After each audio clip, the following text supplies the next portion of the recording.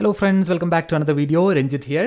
So ഇന്ന് ഈ ഒരു വീഡിയോയിലൂടെ നമ്മൾ ഡിസ്കസ് ചെയ്യുന്നത് ഡിഗ്രി ലെവൽ പ്രിലിമിനറി എക്സാമിനേഷന് വേണ്ടി പ്രിപ്പയർ ചെയ്യുമ്പോൾ നിങ്ങൾക്ക് ഉപയോഗിക്കാവുന്ന സ്റ്റഡി മെറ്റീരിയൽസിനെ കുറിച്ചാണ്. ഓക്കെ, സോ ഈ ഒരു വീഡിയോയിലേക്ക് കടക്കുന്നതിന് മുൻപായിട്ട് ഒരു കാര്യം സൂചിപ്പിക്കട്ടെ. നമ്മൾ ഡിഗ്രി ലെവൽ പ്രിലിമിനറി എക്സാമിനേഷന് തയ്യാറെടുക്കുന്നവർക്ക് വേണ്ടി ഒരു short term study plan upload ചെയ്തിരുന്നു. അത്തരത്തിലൊരു വീഡിയോ ചെയ്തിരുന്നു. നിങ്ങളിൽ ഒരുപാട് ആളുകൾ ആ ഒരു പർട്ടിക്കുലർ പ്ലാൻ അല്ലെങ്കിൽ ആ ഒരു ചലഞ്ച് അക്സെപ്റ്റ് ചെയ്ത് പ്രിപ്പയർ ചെയ്യുന്നു എന്നറിഞ്ഞതിൽ സന്തോഷം. നിങ്ങളവിടെ ഒരുപാട് ഡൗട്ട്സ് കമൻസ് ആയിട്ട് ചോദിച്ചിട്ടുണ്ട്. സാധിക്കുന്ന രീതിയിൽ അതിന് മറുപടിയും നൽകിയിട്ടുണ്ട്. ശേഷിക്കുന്ന വസ്തുതകൾ അഡ്രസ്സ് ചെയ്യുന്നതാണ്. ഒരല്പം ബിസി ഷെഡ്യൂൾ ആയതുകൊണ്ടാണ് ചില കമൻറ്റുകൾക്ക് മറുപടി നൽകാത്തത്. എനിവേ, നിങ്ങളുടെ ഡൗട്ട്സ് ഈ ഒരു കണ്ടൻറ്റുമായിട്ട് സ്പെസിഫിക് ആയ കാര്യങ്ങൾ നിങ്ങൾ തീർച്ചയായിട്ടും പോസ്റ്റ് ചെയ്യുക. ഒന്നുകിൽ കമൻറ്റ് സെക്ഷൻ വഴി അതിന് മറുപടി നൽകുന്നതാണ്. അതല്ല എങ്കിൽ കുറച്ചുകൂടി ദീർഘമായിട്ടുള്ള എക്സ്പ്ലനേഷൻ വേണ്ട കാര്യമാണ് എങ്കിൽ ടെലിഗ്രാം ചാനലിലൂടെ നമ്മൾ അതിനെക്കുറിച്ച് ഡിസ്കസ് ചെയ്യുന്നതായിരിക്കും. ഓക്കെ, എനിവേ, ഇന്നത്തെ ഈ ഒരു വീഡിയോയിലേക്ക് കടക്കാം. സോ സ്റ്റഡി മെറ്റീരിയൽസിൽ ആദ്യം നമ്മൾ ഡിസ്കസ് ചെയ്യുന്നത് റാങ്ക് ഫയൽസിനെ കുറിച്ചാണ്. സോ ഇവിടെ റാങ്ക് ഫയൽ എന്നത് ഏറ്റവും ഇമ്പോർട്ടൻ്റ് ആയിട്ടുള്ള അല്ലെങ്കിൽ ഏറ്റവും സ്റ്റാൻഡേർഡ് ആയിട്ടുള്ള ഒരു സ്റ്റഡി മെറ്റീരിയൽ ആയതുകൊണ്ടല്ല ആദ്യം ഞാൻ അതിനെക്കുറിച്ച് ഡിസ്കസ് ചെയ്യുന്നത്. Just because it is popular. അതായത് ഈ ഒരു പരീക്ഷയ്ക്ക് വേണ്ടി തയ്യാറെടുക്കുമ്പോൾ അല്ലെങ്കിൽ ഏതെങ്കിലും ഒരു PSC പരീക്ഷയ്ക്ക് വേണ്ടി തയ്യാറെടുക്കുമ്പോൾ ഏറ്റവും അധികം ആളുകൾ യൂസ് ചെയ്യുന്ന ഒരു സ്റ്റഡി മെറ്റീരിയൽ ആയതുകൊണ്ടാണ്. അതുമാത്രമല്ല, ഏറ്റവും അധികം ആളുകൾ ചോദിക്കുന്ന ഒരു കാര്യമാണ് ഏത് റാങ്ക് ഫയലാണ് ഉപയോഗിക്കേണ്ടത്, ഇങ്ങനെയുള്ള കാര്യങ്ങൾ. ഓക്കെ, സോ ആദ്യം തന്നെ ഞാൻ പറയട്ടെ, ഏതെങ്കിലും ഒരു പർട്ടിക്കുലർ പബ്ലിക്കേഷൻ്റെ റാങ്ക് ഫയൽ ഉപയോഗിക്കണം അല്ലെങ്കിൽ ഉപയോഗിക്കരുത്, ആ രീതിയിൽ ഞാൻ പറയുന്നില്ല. അങ്ങനെ ഡീഗ്രേഡ് ചെയ്യുന്നതിന് വേണ്ടിയോ അല്ലെങ്കിൽ പ്രൊമോട്ട് ചെയ്യുന്നതിന് വേണ്ടിയോ ഉദ്ദേശിക്കുന്നില്ല. നിങ്ങൾക്കറിയാം ഏതൊക്കെ പബ്ലിക്കേഷൻസ് ആണ് ഏറ്റവും പോപ്പുലർ ആയിട്ടുള്ളത് എന്നതിനെക്കുറിച്ച്. So rank files in general എന്ന രീതിയിലായിരിക്കും ഞാനിവിടെ അഡ്രസ്സ് ചെയ്യുക. ഓക്കെ, സോ ആദ്യമായിട്ട് അധികം ആളുകളും ചോദിച്ചിട്ടുള്ള ഒരു കാര്യം LDC റാങ്ക് ഫയൽസ് അല്ലെങ്കിൽ ആ ലെവലിലുള്ള റാങ്ക് ഫയൽസ് ഉപയോഗിക്കാനായിട്ട് സാധിക്കുമോ എന്നതിനെക്കുറിച്ചാണ്. സോ ഇവിടെ രണ്ട് കാര്യങ്ങളുണ്ട്. ഒന്ന്, സിലബസിലുള്ള എല്ലാ കാര്യങ്ങളും തീർച്ചയായിട്ടും അവിടെ അവൈലബിൾ ആയിരിക്കുകയില്ല. ഈവൻ പഴയ ഡിഗ്രി ലെവൽ സിലബസിലുള്ള കാര്യങ്ങൾ പോലും ചില കാര്യങ്ങൾ മിസ്സിംഗ് ആയിരിക്കും. ഓക്കെ, ഇനി ഇവിടെയുള്ള മറ്റൊരു കാര്യം നിങ്ങൾക്കറിയാം, ഇപ്പോൾ ഡിഗ്രി ലെവൽ എക്സാമിനേഷൻ നിങ്ങൾക്ക് മലയാളത്തിലും അതുപോലെ തന്നെ ഇംഗ്ലീഷിലും ക്വസ്റ്റ്യൻസ് ഉണ്ടാകും. സോ സ്വാഭാവികമായിട്ടും മലയാളത്തിൽ എഴുതുന്ന ആളുകൾക്ക് ആ ലാംഗ്വേജിൽ തന്നെയായിരിക്കും നമ്മുടെ LDC റാങ്ക് ഫയൽസ് ഉണ്ടാവുക. ഓക്കെ, സോ അത് ഞാൻ സൂചിപ്പിച്ചു എന്ന് മാത്രമേ ഉള്ളൂ. എങ്കിൽ തന്നെയും ചില ടോപ്പിക്കുകൾ അവിടെ മിസ്സിംഗ് ആയിരിക്കും. ചില കാര്യങ്ങൾ കോമൺ ആയിട്ട് കാണാൻ സാധിക്കുകയും ചെയ്യും. ഓക്കെ, ഇപ്പോൾ ഹിസ്റ്ററിയുമായി ബന്ധപ്പെട്ട് അല്ലെങ്കിൽ ജോഗ്രഫിയും ഒക്കെ ആയി ബന്ധപ്പെട്ട് ചില കാര്യങ്ങളുണ്ടാകാം. അതുപോലെ തന്നെ മറ്റൊരു കാര്യമുണ്ട്, ഇത് ഞാൻ കഴിഞ്ഞ വീഡിയോയിലൂടെയും പറഞ്ഞ ഒരു വസ്തുതയാണ്. അതായത് ക്വസ്റ്റ്യൻസിൻ്റെ ലെവൽ, അതായത് ഈ ക്വസ്റ്റ്യൻസ് വരുന്നത് മലയാളത്തിലാണ് എന്ന് കരുതി ക്വസ്റ്റ്യൻസിൻ്റെ ലെവൽ കുറവായിരിക്കും എന്ന് നിങ്ങൾ ധരിക്കരുത്. ആ ഒരു ലാംഗ്വേജുമായി ബന്ധപ്പെട്ട് അത്തരത്തിൽ നിങ്ങൾ അണ്ടർ എസ്റ്റിമേറ്റ് ചെയ്യരുത്. തീർച്ചയായിട്ടും നിങ്ങൾക്ക് 10th ലെവലിനോ അല്ലെങ്കിൽ 12th ലെവലിനോ മേലെയുള്ള അല്ലെങ്കിൽ ആ നിലവാരത്തിന് മുകളിലുള്ള ചോദ്യങ്ങൾ പ്രതീക്ഷിക്കാവുന്നതാണ്. ഓക്കെ, യെസ്, അതാണ് ആദ്യമായിട്ട് പറയാനുള്ളത്. മറ്റൊന്ന് ഡിഗ്രി ലെവൽ റാങ്ക് ഫയൽസിനെ കുറിച്ചാണ്. അതായത് പഴയ കാലത്തുള്ള ആ ഒരു ഡിഗ്രി ലെവൽ റാങ്ക് ഫയൽ നിന്നും ഇപ്പോൾ റീസെൻ്റ് ആയിട്ട് പബ്ലിഷ് ചെയ്തിട്ടുള്ള, അതായത് ഈ ഒരു സിലബസ് പ്രകാരം പബ്ലിഷ് ചെയ്തിട്ടുള്ള ആ റാങ്ക് ഫയൽസുമായിട്ടുള്ള വ്യത്യാസത്തെക്കുറിച്ചാണ്. ഓക്കെ, ഇവിടെ രണ്ട് കാര്യങ്ങളുണ്ട്. ആദ്യത്തെ ഡിഗ്രി ലെവൽ റാങ്ക് ഫയൽസ് നിങ്ങൾക്ക് ലഭിക്കുക ഇംഗ്ലീഷ് ലാംഗ്വേജിലായിരിക്കും. ഈ ലാംഗ്വേജ് എന്ന് പറയുന്നത് വളരെ വലിയ ഒരു ബാരിയർ ആകാനുള്ള സാധ്യതയില്ല എന്നാണ് എൻ്റെ ഒരു പേഴ്സണൽ അഭിപ്രായം. കാരണം ഒബ്ജക്റ്റ് ഓറിയൻറ്റഡ് ആയിട്ടുള്ള ക്വസ്റ്റ്യൻസ് ആണ്. സ്വാഭാവികമായിട്ടും ആ കാര്യങ്ങളൊക്കെ നിങ്ങൾക്ക് വായിച്ചാൽ മനസ്സിലാവുന്നതേ ഉള്ളൂ. ആ ടേംസ് ഒക്കെ ഓർത്തിരിക്കണം എന്നത് മാത്രമാണ്. ഓക്കെ, മലയാളം അതുപോലെ തന്നെ ഇംഗ്ലീഷ് നൽകിയിരിക്കുന്ന ചില സയൻറ്റിഫിക് ടേംസ് ഒക്കെ ആ കൺഫ്യൂഷൻ വരാതെ നോക്കണം എന്ന കാര്യം മാത്രമേ ഉള്ളൂ. എനിവേ, ആ പഴയ റാങ്ക് ഫയലിലുള്ള ഒരു കാര്യം അത് ഇംഗ്ലീഷ് ലാംഗ്വേജിലായിരിക്കും ഒന്നാമത്തേതായിട്ടുള്ള കാര്യം. അതുപോലെ തന്നെ പുതിയ സിലബസിലുള്ള ചില കാര്യങ്ങൾ ഓഫ് കോഴ്സ് അതിൽ മിസ്സിംഗ് ആയിരിക്കും. അതായത് ഇപ്പോൾ സയൻസ് ആൻഡ് ടെക്നോളജി അല്ലെങ്കിൽ നമ്മുടെ പബ്ലിക് അഡ്മിനിസ്ട്രേഷൻ, അതായത് സിവിക്സുമായി ബന്ധപ്പെട്ട ചില കാര്യങ്ങൾ, ഇങ്ങനെയുള്ള വസ്തുതകൾ അതിൽ മിസ്സിംഗ് ആയിരിക്കും. എന്നാൽ ഭൂരിഭാഗം കാര്യങ്ങളും അവിടെ നിങ്ങൾക്ക് കാണാൻ സാധിക്കുകയും ചെയ്യും. ഇപ്പോൾ കമ്പ്യൂട്ടർ സയൻസുമായി ബന്ധപ്പെട്ട കാര്യങ്ങൾ, അത്തരത്തിലുള്ള കാര്യങ്ങൾ ആ ഒരു ഡിഗ്രി റാങ്ക് ഫയലിൽ ഓഫ് കോഴ്സ് അവൈലബിൾ ആയിരിക്കും. ഇനി നമ്മൾ പറയുന്നത് ഏറ്റവും റീസെൻ്റായി ഈ ഒരു പർട്ടിക്കുലർ സിലബസിന് അതിനെ ബന്ധപ്പെടുത്തിക്കൊണ്ട് ഇറങ്ങിയിട്ടുള്ള റാങ്ക് ഫയൽസിനെ കുറിച്ചാണ്. ഓക്കെ, സോ ഇവിടെ ഒരു കാര്യം നമ്മൾക്ക് എല്ലാവർക്കും അറിയാം, വളരെ കുറഞ്ഞ സമയത്തിനുള്ളിലാണ് ഈ ഒരു റാങ്ക് ഫയൽ പബ്ലിഷ്ഡായി ഇറങ്ങിയിട്ടുള്ളത്. ഓക്കെ, സോ ആ രീതിയിലുള്ള റിസർച്ച് മാത്രമേ നിങ്ങൾ ആ ഒരു പുസ്തകത്തിൽ പ്രതീക്ഷിക്കാവൂ. അതായത് അതിൽ പുതിയതായിട്ട് ഒരു കാര്യവും ഇല്ല എന്നല്ല ഞാൻ ഉദ്ദേശിച്ചത്. ഉദാഹരണത്തിന് ഇപ്പോൾ സയൻസ് ആൻഡ് ടെക്നോളജിയുമായി ബന്ധപ്പെട്ട ടോപ്പിക്കുകൾ, ഓക്കെ, പേഴ്സണലി ഞാൻ ഇത്തരത്തിലുള്ള ചില റാങ്ക് ഫയൽസ് ചെക്ക് ചെയ്തിരുന്നു. അതിൻ്റെ അനുഭവത്തിലാണ് ഞാൻ എൻ്റെ ഒരു ഒപ്പീനിയൻ പറയുന്നത്. സോ അവിടെ സയൻസ് ആൻഡ് ടെക്നോളജിയും ഒക്കെ ആയി ബന്ധപ്പെട്ട ടോപ്പിക്കുകൾ യഥാർത്ഥത്തിൽ പര്യാപ്തമല്ല. ഓക്കെ, പുതിയ റാങ്ക് ഫയലിൽ പര്യാപ്തമല്ല.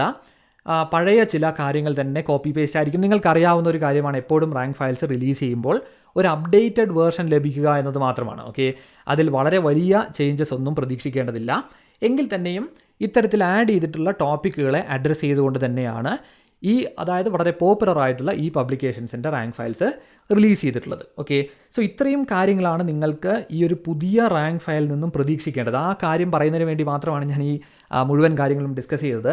അതായത് നിങ്ങൾ നിർബന്ധമായിട്ടും റാങ്ക് ഫയൽ വാങ്ങിയിരിക്കണം അല്ലെങ്കിൽ വാങ്ങരുത്, ആ രീതിയിലുള്ള സജഷൻ ഞാൻ നൽകുന്നില്ല. ഇതിൻ്റെ ഇൻപുട്സ് ഞാൻ പറയുന്നു, നിങ്ങൾക്ക് തീരുമാനിക്കാം ഇത് വാങ്ങണോ വേണ്ടയോ എന്നുള്ളത്.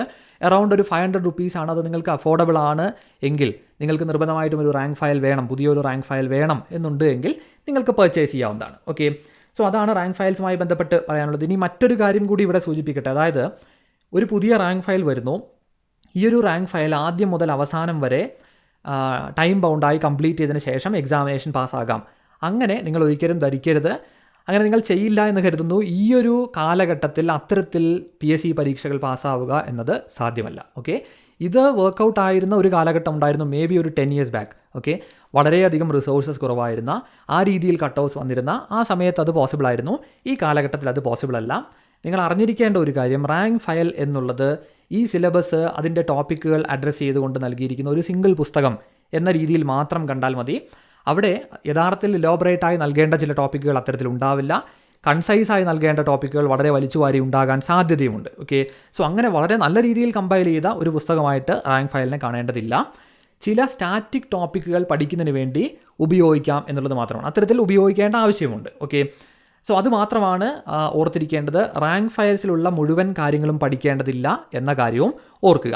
അതുപോലെ തന്നെ റാങ്ക് ഫയൽ മുഴുവനായും കംപ്ലീറ്റ് ചെയ്താൽ ഒരു എക്സാമിനേഷന് വേണ്ട മുഴുവൻ കാര്യങ്ങളുമായി എന്നും നിങ്ങൾ തെറ്റിദ്ധരിക്കരുത്. ഇതാണ് റാങ്ക് ഫയൽസിനെ കുറിച്ച് പറയാനുള്ളത്. സോ അൾട്ടിമേറ്റ്ലി നിങ്ങൾ ഡിസൈഡ് ചെയ്യുക നിങ്ങൾക്ക് വാങ്ങണോ, അതായത് പുതിയൊരു റാങ്ക് ഫയൽ വാങ്ങണോ വേണ്ടയോ എന്നുള്ളത്. അതിൻ്റെ ഇൻഡെക്സ് ചെക്ക് ചെയ്യുക, അതിൻ്റെ മെറ്റീരിയൽസൊക്കെ ചെക്ക് ചെയ്തതിന് ശേഷം വാങ്ങുന്നതായിരിക്കും ഉചിതം. ഇനി അടുത്തത് SCERT ടെക്സ്റ്റ് ബുക്കുകളെ കുറിച്ചാണ്. SCERT ടെക്സ്റ്റ് ബുക്സ് ആണ് ഏറ്റവും സ്റ്റാൻഡേർഡ് ആയിട്ടുള്ള മെറ്റീരിയൽസ് നമ്മൾ PSC പരീക്ഷ എന്ന രീതിയിൽ കൺസിഡർ ചെയ്യുമ്പോൾ. ഈവൻ NCERT ടെക്സ്റ്റ് ബുക്കുകളും മറ്റ് സ്റ്റാൻഡേർഡ് പുസ്തകങ്ങളും നിങ്ങൾക്ക് ഉപയോഗിക്കാവുന്നതാണ്. സോ സാധാരണ 10th ലെവൽ പരീക്ഷയ്ക്കൊക്കെ പ്രിപ്പയർ ചെയ്യുമ്പോൾ 8, 9, 10 ക്ലാസ്സുകളിലെ സോഷ്യൽ സയൻസ് ടെക്സ്റ്റ് ബുക്കുകളും സയൻസ് ടെക്സ്റ്റ് ബുക്കുകളുമാണ് ഉപയോഗിക്കാറുള്ളത്. ഓക്കെ, പ്രധാനമായിട്ടും ഉപയോഗിക്കാറുള്ളത്. ഇവിടെ നിങ്ങൾ ശ്രദ്ധിക്കേണ്ട ഒരു കാര്യം, പ്രധാനമായും ജിയോഗ്രഫി, ഹിസ്റ്ററി, അതുപോലെ തന്നെ പൊളിറ്റിക്കൽ സയൻസ്, ഇക്കണോമിക്സ് ഇത്തരത്തിലുള്ള കാര്യങ്ങൾ എക്സ്പ്ലെയിൻ ചെയ്തിട്ടുള്ള +1, +2 ടെക്സ്റ്റ് ബുക്കുകൾ കൂടി അഡീഷണലായി നിങ്ങൾ വായിക്കേണ്ടതായിട്ട് വരും. അവിടെയുള്ള എല്ലാ യൂണിറ്റുകളും പഠിക്കണം എന്നുള്ളതല്ല, വളരെ സെലക്റ്റഡ് ആയിട്ടുള്ള ചാപ്റ്റേഴ്സ് മാത്രമാണ് വായിക്കേണ്ടത്. സോ ഓഫ് കോഴ്സ് 8, 9, 10 ക്ലാസ്സുകളിലെ പുസ്തകങ്ങൾ വായിച്ചിരിക്കണം. അവിടെയും സെലക്റ്റഡ് യൂണിറ്റുകളാണ്. അതിനെക്കുറിച്ചൊക്കെ നമ്മൾ മുൻകാലത്തും ഡിസ്കസ് ചെയ്തിട്ടുണ്ട്. ചില പോർഷൻസ് പഠിക്കുന്നതിന് വേണ്ടി തീർച്ചയായിട്ടും നിങ്ങൾക്ക് +1, +2 ടെക്സ്റ്റ് ബുക്കുകൾ, SCERT ടെക്സ്റ്റ് ബുക്കുകൾ ഉപയോഗിക്കേണ്ടതായിട്ട് വരും. ഈവൻ സയൻസ് പോർഷൻസിൽ ഇവിടെ നിങ്ങൾക്കറിയാം, സയൻസ് ആൻഡ് ടെക്നോളജി എന്ന ഞാൻ മുൻപ് തന്നെ പറഞ്ഞ ഒരു കാര്യമാണ്, നിങ്ങളിൽ പലരും ചോദിച്ചിട്ടുള്ള ഒരു കാര്യം കൂടിയാണ്. ഒരു പ്രിറ്റി ന്യൂ ടോപ്പിക്കാണത്. അത് സയൻസ് ടെക്സ്റ്റ് ബുക്കുകളിൽ അതേപടി കാണില്ല. അതിനെക്കുറിച്ച് നമുക്ക് ചർച്ച ചെയ്യാം. ഞാൻ പറഞ്ഞു വന്നത് കമ്പ്യൂട്ടർ സയൻസ് ടോപ്പിക് എന്ന രീതിയിലല്ല, കമ്പ്യൂട്ടർ സയൻസ് പഠിക്കുന്നതിന് വേണ്ടിയും നിങ്ങൾക്ക് +1, +2 കമ്പ്യൂട്ടർ സയൻസ് ടെക്സ്റ്റ് ബുക്ക് ഉപയോഗിക്കാവുന്നതാണ്. റാങ്ക് ഫയൽസിൽ നിന്നും ഒരുപാട് കാര്യങ്ങൾ നിങ്ങൾക്ക് പഠിക്കാനായിട്ട് സാധിക്കും. ഇപ്പോൾ ചില ഇൻവെൻഷൻസുമായി ബന്ധപ്പെട്ട കാര്യങ്ങൾ, ചില ടെർമിനോളജീസ്, ഇത്തരത്തിലുള്ള കാര്യങ്ങളൊക്കെ പഠിക്കാൻ സാധിക്കും. എന്നാൽ ചില കാര്യങ്ങൾ ഡീറ്റെയിൽഡ് ആയിട്ട് മനസ്സിലാക്കണമെങ്കിൽ സെലക്റ്റഡ് ആയിട്ടുള്ള ചില യൂണിറ്റുകൾ നിങ്ങൾക്ക് +1, +2 കമ്പ്യൂട്ടർ സയൻസ് ടെക്സ്റ്റ് ബുക്കുകളെ ആശ്രയിക്കാവുന്നതാണ്. ഓക്കെ, സോ ഇതാണ് SCERT ടെക്സ്റ്റ് ബുക്കുകളെ കുറിച്ച് പറയാനുള്ളത്. ഇനി മൂന്നാമത്തെ സോഴ്സ് ഓഫ് കോഴ്സ് നമ്മുടെ പ്രീവിയസ് ഇയർ ക്വസ്റ്റ്യൻ പേപ്പേഴ്സ് ആണ്. ഓക്കെ, ഇതെല്ലാ കോമ്പറ്റേറ്റീവ് എക്സാമിനേഷൻ സംബന്ധിച്ചിടത്തോളം യൂസ്ഫുൾ ആയിട്ടുള്ള ഒരു സോഴ്സ് തന്നെയാണ്. സോ ഇവിടെ നിങ്ങൾക്ക് പ്രധാനമായിട്ടും പഴയ ഡിഗ്രി ലെവൽ ക്വസ്റ്റ്യൻ പേപ്പേഴ്സിനെ ആശ്രയിക്കാവുന്നതാണ്. Even old LDC question paper വരെ നിങ്ങൾക്ക് പ്രാക്ടീസ് ചെയ്യാവുന്നതാണ്. അതിൻ്റെ ഒരു യൂസ് എന്ന് പറയുന്നത്, ഇപ്പോൾ ജനറൽ ഇംഗ്ലീഷുമായി ബന്ധപ്പെട്ട അല്ലെങ്കിൽ ക്വാണ്ടിറ്റേറ്റീവ് ആപ്റ്റിറ്റ്യൂഡുമായി ബന്ധപ്പെട്ട, മലയാളവുമായി ബന്ധപ്പെട്ട ഒരുപാട് ചോദ്യങ്ങൾ ലഭിക്കുന്ന ഒരു സോഴ്സാണ് യഥാർത്ഥത്തിൽ പ്രീവിയസ് ഇയർ ക്വസ്റ്റ്യൻ പേപ്പേഴ്സ് എന്ന് പറയുന്നത്. ഓക്കെ, സോ PSCയുടെ നിലവാരത്തിനുള്ളിൽ നിന്നുകൊണ്ട് അതായത് ഇപ്പോൾ നിങ്ങൾ 10th ലെവൽ ക്വസ്റ്റ്യൻസ് പ്രാക്ടീസ് ചെയ്യുകയാണെങ്കിൽ ഒരു ബേസ് അല്ലെങ്കിൽ ഒരു ഫണ്ടമെൻ്റൽ എന്ന രീതിയിലുള്ള ചോദ്യങ്ങളെല്ലാം തന്നെ നിങ്ങൾക്ക് അഡ്രസ്സ് ചെയ്യാനായിട്ട് സാധിക്കും. ഓക്കെ, അതിൽ നിന്നും സ്ലൈറ്റ്ലി എബവ് എന്ന രീതിയിലുള്ള ലെവൽ ഓഫ് ക്വസ്റ്റ്യൻസ് ആണ് നിങ്ങൾക്കിവിടെ പ്രതീക്ഷിക്കേണ്ടത്. സോ അത് എപ്പോഴും നിങ്ങൾക്ക് യൂസ്ഫുൾ ആയിരിക്കും. സോ ഇതൊരു മോസ്റ്റ് ഇമ്പോർട്ടൻറ്റ് സോഴ്സാണ്. സോ ചുരുക്കത്തിൽ 10th ആൻഡ് എബവ് ആ രീതിയിലുള്ള അല്ലെങ്കിൽ ആ ലെവലിന് മുകളിലുള്ള എല്ലാ ചോദ്യ പേപ്പറുകളും നിങ്ങൾക്ക് ഉപയോഗിക്കാവുന്നതാണ്. ഏറ്റവും റീസെൻ്റ് ആയിട്ടുള്ള ക്വസ്റ്റ്യൻ പേപ്പേഴ്സ് ആയിരിക്കും ഉചിതം.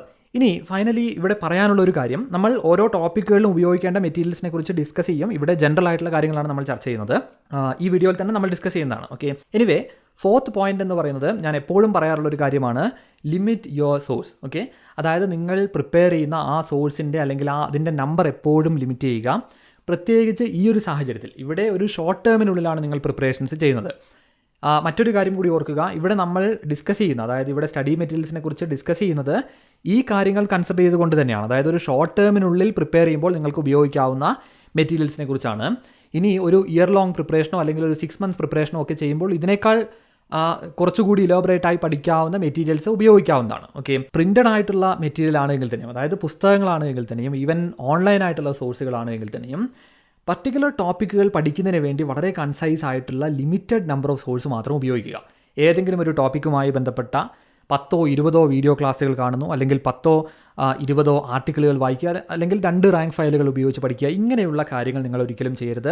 അത്തരത്തിൽ നിങ്ങൾക്ക് ടോപ്പിക്കുകൾ അല്ലെങ്കിൽ സിലബസ് കംപ്ലീറ്റ് ചെയ്യാനായിട്ട് സാധിക്കുകയില്ല. ഓക്കെ, സോ ആ ഒരു കാര്യം എപ്പോഴും നിങ്ങളുടെ മൈൻഡിൽ വേണം. ഇത് പലതവണ പറഞ്ഞിട്ടുള്ള കാര്യമാണ്, എങ്കിൽ തന്നെ ഞാനത് ആഡ് ചെയ്തു എന്ന് മാത്രമേ ഉള്ളൂ. ഇനി അടുത്തതായിട്ട് നമ്മൾ ഡിസ്കസ് ചെയ്യുന്നത് ഓരോ ടോപ്പിക്കുകളുമായി ബന്ധപ്പെട്ട് നിങ്ങൾക്ക് ഉപയോഗിക്കാവുന്ന മെറ്റീരിയൽസിനെ കുറിച്ചാണ്. കുറച്ചുകൂടി ഡീറ്റെയിൽഡ് ആയിട്ടുള്ള ഒരു അനാലിസിസ് ആണ് ഇവിടെ നമ്മൾ ചെയ്യുക.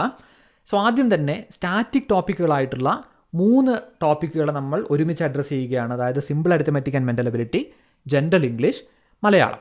ഈ ടോപ്പിക്കുകൾ ഞാൻ ആ ഒരു പർട്ടിക്കുലർ വീഡിയോ, അതായത് നമ്മുടെ സിലബസ് അനാലിസിസ് വീഡിയോയിലും പ്ലാനിലും ഒക്കെ വളരെ വ്യക്തമായി പറഞ്ഞതാണ്. നിങ്ങൾക്കും അറിയാം, ഈസിയായി സ്കോർ ചെയ്യാൻ സാധിക്കുന്ന, of course fixed number of questions വരുന്ന വിഭാഗങ്ങളാണ്. ഈസിയായി സ്കോർ ചെയ്യാൻ സാധിക്കുന്നത് എന്നതിനർത്ഥം വളരെ എളുപ്പത്തിലുള്ള ചോദ്യങ്ങൾ മുഴുവനും വരും എന്നുള്ളതല്ല. ലിമിറ്റഡ് ആയിട്ടുള്ള ടോപ്പിക്കുകൾ പഠിച്ച് ഫിക്സഡ് നമ്പർ ഓഫ് ക്വസ്റ്റ്യൻസ് ലഭ്യമാകുന്ന 3 റീജിയൻസ് ആണിവ. ഓക്കെ, ഇവിടെ ഞാൻ വീണ്ടും പറയുന്നു, ഈ simple arithmetic and mental ability ഇതൊരിക്കലും നിങ്ങൾ വളരെ കോംപ്ലേസൻ്റ് ആയിട്ട് സമീപിക്കരുത്. അതായത് നിങ്ങൾക്ക് ക്വാണ്ടിറ്റേറ്റീവ് ആപ്റ്റിറ്റ്യൂഡ് എല്ലാം തന്നെ അറിയാം, ഇത് പ്രാക്ടീസ് ചെയ്യേണ്ട ആവശ്യം പോലും എനിക്കില്ല, ഡയറക്റ്റ്ലി എക്സാമിനേഷൻ എഴുതാം, ഇങ്ങനെ നിങ്ങൾ ശ്രമിക്കരുത്. തീർച്ചയായിട്ടും പ്രാക്ടീസിൻ്റെ കുറവുണ്ട് എങ്കിൽ നിങ്ങൾക്ക് കൂടുതൽ സമയമെടുക്കേണ്ടതായിട്ട് വരും. ചില ചോദ്യങ്ങൾ നിങ്ങൾക്ക് ആൻസർ ചെയ്യാൻ സാധിക്കാതെ വരും.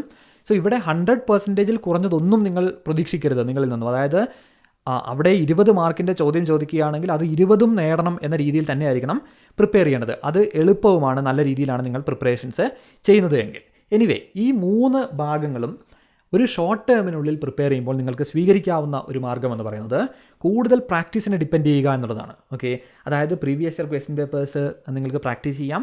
സമാന ലെവലുള്ള ഗുഡ് ക്വാളിറ്റി ക്വസ്റ്റ്യൻസ് ലഭിക്കുകയാണെങ്കിൽ അതും നിങ്ങൾക്ക് സോൾവ് ചെയ്യാം. ഏറ്റവും ആപ്റ്റായിട്ടുള്ള മെറ്റീരിയൽ എന്ന് പറയുന്നത് പ്രീവിയസ് ഇയർ ക്വസ്റ്റ്യൻ പേപ്പേഴ്സ് തന്നെയാണ്. എനിവേ, അത്തരത്തിലുള്ള ക്വസ്റ്റ്യൻസ് പ്രാക്ടീസ് ചെയ്യുക. എന്തായാലും നിങ്ങൾ പല രീതിയിലും പല PSC പരീക്ഷകൾക്ക് വേണ്ടി തയ്യാറെടുക്കുന്ന അല്ലെങ്കിൽ തയ്യാറെടുത്തിരുന്ന ഉദ്യോഗാർത്ഥികളായിരിക്കാം. സോ ഈ ടോപ്പിക്കുകളൊക്കെ നിങ്ങൾ ഓൾറെഡി പഠിച്ചിട്ടുണ്ടാവും, ഇതിൻ്റെ കോൺസെപ്ച്വലായിട്ടുള്ള കാര്യങ്ങൾ. സോ അങ്ങനെ പഠിച്ച ആളുകൾക്ക് ക്വസ്റ്റ്യൻസ് പ്രാക്ടീസ് ചെയ്യുക എന്നത് വളരെ എളുപ്പമാണ്. ഏതെങ്കിലും രീതിയിലുള്ള കോൺസെപ്ച്വലായിട്ടുള്ള സംശയങ്ങൾ നിങ്ങൾക്കുണ്ട് എങ്കിൽ അത് പരിഹരിച്ചതിന് ശേഷം മാത്രമായിരിക്കണം പ്രിപ്പറേഷൻസ് ചെയ്യേണ്ടത്. സോ ഇവിടെ ഒരു മേജർ സോഴ്സ് എന്ന് ഞാൻ പറയുക ഇത്തരത്തിൽ പ്രാക്ടീസിന് വേണ്ടിയുള്ള ക്വസ്റ്റ്യൻസ് തന്നെയാണ്.